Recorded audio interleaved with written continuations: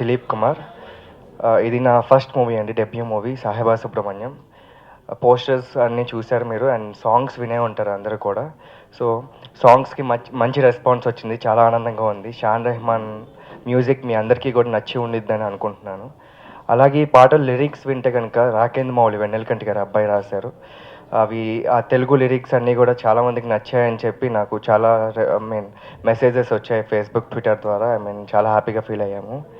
అలాగే ఈ మూవీలో నేను మీరు గమనిస్తే కనుక చాలా మంచి కాస్టింగ్ ఉందండి. రావు రమేష్ గారు, నరేష్ గారు, నాగినీడు గారు, పూర్ణిమ గారు, కాశీ విశ్వనాథ్ గారు, తాగుబోతు రమేష్ గారు. సో మీరు సినిమా చూస్తే కనుక ఒక మీకు బయటికి అరే ఎందుకు వచ్చామనే ఉద్దేశంతో అయితే వెళ్ళరు, చాలా ఆనందంగా వెళ్తారు. మంచి బ్యాక్గ్రౌండ్ స్కోర్తో షాన్ రెహమాన్ ప్రతి సీన్కి కూడా మంచి బ్యాక్గ్రౌండ్ స్కోర్ ఇచ్చారు. ఏ సీన్ కూడా మీకు బోరింగ్గా అయితే ఉండదని నేను మాటిస్తున్నాను మీ అందరికీ కూడా, తప్పకుండా. అండ్ శశికిరణ్ గారు, ఎంఎస్ గారు డాటర్, ఈ మూవీని డైరెక్ట్ చేశారు. అండ్ ఫస్ట్ మూవీ అయినా మీరు విజువల్స్ చూస్తే మీకు తెలుస్తుంది ఎంత బాగా డైరెక్ట్ చేశారు అనేది. అండ్ ఈఓపి వర్క్ కూడా మీ అందరికీ నచ్చుతుంది. సినిమా రిలీజ్ డేటు అది 13వ తారీఖు డిసెంబర్ 13, 2014 శనివారం మా సినిమాని రిలీజ్ చేయబోతున్నాం. దానికి సంబంధించిన వర్క్ అంతా జరుగుతూ ఉంది. ఆల్మోస్ట్ అన్నీ అయిపోయినాయి. సర్టిఫికెట్ మీ అందరికీ తెలిసే ఉండి ఉండొచ్చు, already film certificate, clean you certificate వచ్చింది. సినిమాని మేము ప్రేక్షకుల ముందుకు తీసుకొచ్చి అక్కడ నుంచి వారి థియేటర్లు అవి కూడా కన్ఫర్మ్ అయిపోయినాయి, పేపర్లో వస్తూ ఉన్నాయి థియేటర్స్ కూడా. సో శనివారం నుంచి ఈ సినిమా ప్రేక్షకుల ముందుకు రాబోతుంది. అదొకటి చెప్తానికి మెయిన్గా ఈ ప్రెస్ మీట్. రెండోది, ఈ సినిమా గురించి చెప్పాలంటే, ఈ సినిమా మలయాళ చిత్రం రీమేక్ అయినా కానీ మన తెలుగుదనం కంప్లీట్గా ఉండే సినిమా, పూర్తిగా ఉంటుంది తెలుగుదనం ఈ సినిమాలో. పాటలతో సహా అన్నీ తెలుగు పాటలే వినిపిస్తాయి, మీకు తెలుగు మాటే వినిపిస్తుంది. గిన్నిస్ బుక్కి అప్లై చేస్తున్నాను. నా స్నేహితుడు ఒకడు అమెరికా నుంచి ఎంకరేజ్ చేస్తే తద్వారా నేను అప్లై చేస్తున్నాను. త్వరలో అది కూడా వస్తుంది.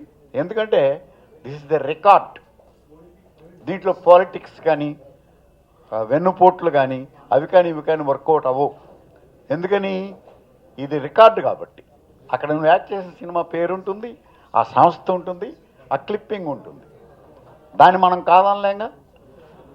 కాబట్టి గిన్నిస్ బుక్ అనేది రికార్డు కాబట్టి, హిస్టరీ కాబట్టి, history cannot be changed. Alexander పుట్టలేదని దెబ్బలాడితే కుదరదు. మనం వాడు పుట్టాడు, గొడవలు జరిగినాయి, చచ్చిపోయాడు, తర్వాత ఎంతో కాలం జరిగింది. అట్లాగా మీ అందరి కళ్ళెదురుగుండా ఎదిగినటువంటి నేను మా పాపని టీవీలో జాయిన్ చేశా. మా టీవీలో నాగార్జున గారిని రిక్వెస్ట్ చేస్తే జాబ్ ఇచ్చారు.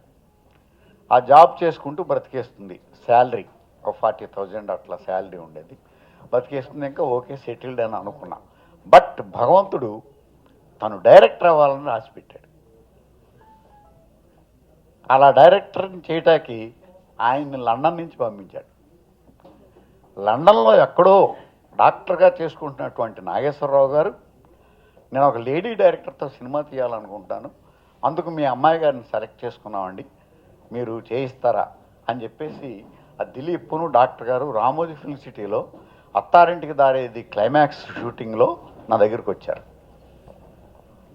వస్తే నేను అన్నా, అదేంటండి మా అమ్మాయినే ఎందుకు సెలెక్ట్ చేసుకుంటున్నారు, నందిని రెడ్డి గారు అని ఉన్నారు, ఇంకా చాలామంది లేడీ డైరెక్టర్స్ ఉన్నారండి మన ఇండస్ట్రీలో, వారితో చేసుకోవచ్చు కదా అన్నారు. కాదండి, కొత్తవారైతే దాన్ని ప్రాణం పెట్టి, అంటే పాతవారు తీరని కాదు, కొత్త వాళ్ళకు ఉండేటటువంటి ఆ యాంగ్జైటీ, ఆ పట్టుదల ఉంటుందని చెప్పేసి మేము ప్రిఫర్ చేస్తున్నామండి, మీరు ఏంటన్నారు. సరే సార్, మరి ఎక్కడ ట్రైనింగ్ అవ్వలేదండి మా పాప, మీకు ఇష్టం అయితే పెట్టుకున్నాను. ఇది రీమేక్ సినిమా అండి, కొంత ఈజీ అవుతుంది అన్నారు. అట్లా అయితే సరే అండి అని చెప్పేసి చెప్పామన్నమాట. ఆ తర్వాత ఆ సినిమా చూసా. అది ఒక అంటే సౌకుమార్యమైనటువంటి సినిమా అనమాట. దాంట్లో బ్లాస్టింగ్స్, ఈ దెబ్బలాట్లు, ఫైట్లు, కొట్టేసుకోవటాలు, ఇవి సంఘటనలు ఉంటాయి కానీ దృశ్యాలు ఉండవు. ఆ కోపతాపాలు ఉంటాయి మనుషుల్లో. బట్ ఆ దృశ్యజాలం లేదు దీంట్లో. ఇది అందరూ పిల్లా బిడ్డలతోటి, ఫ్యామిలీస్ తోటి చక్కగా కూర్చొని చూసి a good feel good picture. అది చూసి నాకు ఆనందం వేసింది.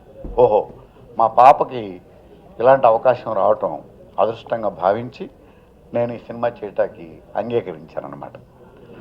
అంగీకరించిన తర్వాత నాకు అనిపించింది నేనేమన్నా దీంట్లో కొన్ని సలహాలు ఇద్దాం అది ఇది అని కొంచెం నాలో ఉన్నటువంటి డైరెక్టరు అట్లా నిద్రలో ఇచ్చాడు. ఇంట్లో డైరెక్టర్ వచ్చేటప్పటికి బయట వాళ్ళు అలాగే వినరమన్నమాట. ఎలాగా 2 సినిమాలు తీసావు, ఏమో బాక్స్ ఆఫీస్ దగ్గర బోల్తా కొట్టిని, నువ్వు మాకు సలహాలే వద్దులే అని చెప్పేసి అంటారు. అదొక ప్రమాదం కూడా నాకు. తర్వాత వేషాలు కూడా ఎవరు ఈ ప్రమాదాలన్నీ ఎందుకులే కొందించుకోవటం తనం తీని అని. పైగా అదేంటంటే యూత్ సినిమా. మనం ఎంత కాదనుకున్నా కొంచెం సీనియర్ ఆర్టిస్టులు, సీనియర్సు ఎంత కాదనుకున్నా వాళ్ళ జీవితంలో వర్కౌట్ అయినటువంటి ఆ ఏజ్తో కూడినటువంటి చిన్న చాదస్తం ఎక్కడో 1% మన బ్రెయిన్లో తెలియకుండానే ఉంటుంది దాక్కుని మనకి. అది నేను ఎన్నో పుస్తకాల్లో చదివాను, ఎంతోమందిని చూశాను. వృద్ధులైనా సరే అద్భుతమైనటువంటి ప్రేమని వాటిని పండించేటటువంటి వాళ్ళు కొందరు ఉన్నారు. ఒక మన్మోహన్ దేశాయ్, ఒక కె రాఘవేంద్రరావు గారు, ఇట్లాంటి కొంతమంది ప్రముఖులు ఉన్నారు వరల్డ్లో. అంత జాతకం మనకు లేదు, అంత వరుసలో జాయిన్ అయ్యే అంత విజ్ఞానం కానీ ఆ పట్టుదల కానీ మనకు లేదు. ఎందుకని అది మొట్టమొదటి నుంచి ఉండాలి. అసలు ఈ రంగానికి రావడమే నేను డైరెక్టర్ని అవ్వాలని వస్తే ఉండొచ్చు, చెప్పలేము. బట్ నేను రచయిత అవుదామని అనుకుని వచ్చా. రచయిత అవ్వలేదు, నటున్నయ్యా. ఆ నటున్నయ్యి డైరెక్టర్గా ఫస్ట్ ర్యాంక్ వచ్చేయాలనుకుంటే కుదరని పని అది. ఇవన్నీ ఆలోచించి తన దారిని తాను చేసుకొని తనకు బాధ్యత తెలిస్తేనే బాగా తీస్తుందని చెప్పేసి వదిలిపెట్టేశాను. ఆ తర్వాత తీసిన సినిమా చూశాను, చాలా బాగా తీసింది. నా కూతురు అని చెప్పడం కాదు, బాగోకపోతే తనతో కూడా డిస్కస్ చేస్తా. అమ్మ ఇది బాగాలేదు, అది బాగాలేదు, దాన్ని మార్చుకోవాలి, మార్చుకుంటే మనకి 10 మంది ఆదరణ లభిస్తుంది అని డిస్కస్ చేసుకునే సౌలభ్యం నాకు ఉంది కాబట్టి చేయొచ్చు అని చెప్పేసి వదిలేశాను. వదిలేసి సినిమా చూస్తే అంతకుముందు కొన్ని సినిమాలు తీసిన ఎక్స్పీరియన్స్డ్ డైరెక్టర్గానే ఆ సినిమా తీసింది. సో నేను సినిమా చేసేటప్పుడు నా పైన చాలా బాధ్యత ఉంటుంది. ఫస్ట్ ఆఫ్ ఆల్ నాగేశ్వరరావు గారికి సభాముఖంగా థ్యాంక్స్ చెప్తున్నాను. నాకంటూ ఒక గుర్తింపు ఇచ్చారు. అంటే జనరల్లీ ఒక పెద్ద ఆల్రెడీ పేరు తెచ్చుకున్న వాళ్ళ ఇంట్లో పుట్టిన వాళ్ళకి చాలా స్ట్రగుల్ ఉంటుంది. మాకంటూ ఒక ఐడెంటిటీ క్రియేట్ చేసుకోవడం చాలా కష్టమైన పని. Being a girl I'm always interested to do a film. అంటే డైరెక్షన్ అంటే ఇన్హరెంట్గా ఇంట్రెస్ట్ ఉంది, కానీ నేను ఎప్పుడు నాన్నగారితో కూడా చెప్పలేదు. నాకుండే స్ట్రగుల్స్, నాకుండే ఫ్యామిలీ ప్రాబ్లమ్స్ ఇవన్నీ నేను వాటిలో పడి నేను ఇంకా జాబ్ చేసుకుంటూ ఉన్నాను. సార్ వచ్చారు, అది నేను ఎక్స్పెక్ట్ చేయలేదు. వచ్చిన తర్వాత ఇంక అప్పటి నుంచి స్టార్ట్ అయింది I have to do this film అని. సో ఒకటే అనుకున్నా, ఈ ఫిలిం చేస్తే నన్ను నమ్మి వచ్చిన ప్రొడ్యూసర్ గారు కానీ నా నాన్నగారి పేరు కానీ చెడగొట్టకుండా తీయాలి, అంతవరకు చేస్తే చాలు. నాకు వర్క్ వచ్చా, నేను తర్వాత అద్భుతమైన సినిమాలు తీస్తానా లేదా ఇట్ డజంట్ మ్యాటర్, మంచి వర్క్ చేయాలి, చేసినంత వరకు అనేది మనసులో పెట్టుకుని చేశాను. ఇది అద్భుతమైన సినిమా అని నేను చెప్పను, కానీ వచ్చిన వాళ్ళకి నిరాశ మాత్రం కలిగించాం. చాలా అంటే విజువల్స్ కానీ సాంగ్స్ కానీ ప్రతిదీ సినిమాలో బ్లెండ్ అయి ఉంటాయి. సో సినిమా అంటే మనం ఏం కోరుకుంటాం, రకరకాల జానర్స్ ఉంటాయి. ఇది ఒక సాఫ్ట్ నేచర్ జానర్. నాకు అన్ని జానర్స్ ఇష్టమే, యాజ్ అన్ ఆడియన్ ఏదైనా తీయడానికి ఇష్టపడతాం. కానీ ఈ సినిమాకి వచ్చిన వాళ్ళు మాత్రం బయటికి వెళ్ళేటప్పుడు ఒక మంచి స్మైల్ తోటి వెళ్తారు, తలనొప్పితోటి మాత్రం వెళ్ళరు. దిలీప్ని మన పక్కింటి అబ్బాయిలో ఫీల్ అవుతారు. హీరోయిన్ కూడా చాలా అందంగా ఉంటుంది, ఏంజిల్లా ఉంటుంది తను. దిలీప్ కూడా చాలా బాగా చేశాడు. And music, camera, everything is good. Art work. Cinema అంటే ఒక్కళ్ళు చేసేస్తే అయిపోదు, ఇట్స్ ఎ టీమ్ వర్క్. మేమందరం కలిసి చాలా కష్టపడి చేసాము. ఎవ్రీబడి చెప్పే మాటే, కానీ మీకు చూస్తే అర్థమవుతుంది ఖచ్చితంగాను. చూసి ఎంకరేజ్ చేస్తారని కోరుకుంటున్నాను. Thank you so much.